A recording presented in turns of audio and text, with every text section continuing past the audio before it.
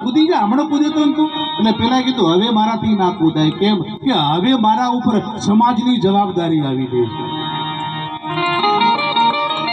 જે જવાબદારી માણસ એ કૂદકા ના મારે, એમાં વિવેક એના મેળાપે આવી જાય.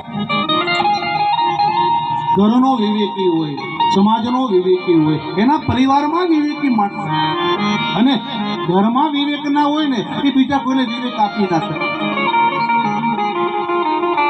માનો કે અમે બધા અમે ઊંઘ્યા હોય તો અમને જગાડે કોણ? આ બે પેટી વાળો ઊંઘાઈ જાય ને આ બેંજા વાળો ઊંઘાઈ જાય, નરગા વાળો ઊંઘાઈ જાય, અમને જગાડે. હું જગાડે પણ કોઈક જાગેલો હોય ને એ ઊંઘેલા ને જગાડે. એમ ઘરમાં કોઈ વિવેકી હોય ને તો કોકને વિવેક આપી શકે. વિવેક એટલે તમે ભગવાન શિવના મંદિરમાં જાઓ, તમે એના અંદર દર્શન કરવાની જરૂર નથી, પણ શંકરનો વિવેક જેવો જોવો. શંકર ભગવાનના બાર શું ઊભું છે? કોઠીઓ. હવે મા ભવાની સામે બેઠી છે, એની અસવારી શેની છે? સિંહની.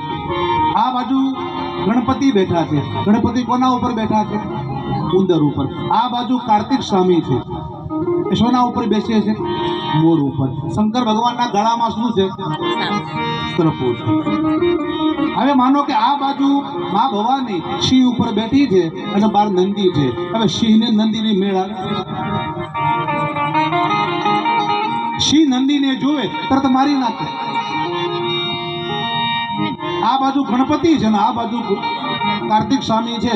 હવે ગણપતિની સવારી ઉંદરની છે અને કાર્તિક સ્વામીની સવારી મોરની છે. હવે મોરને અને ઉંદરને મેળ આવે?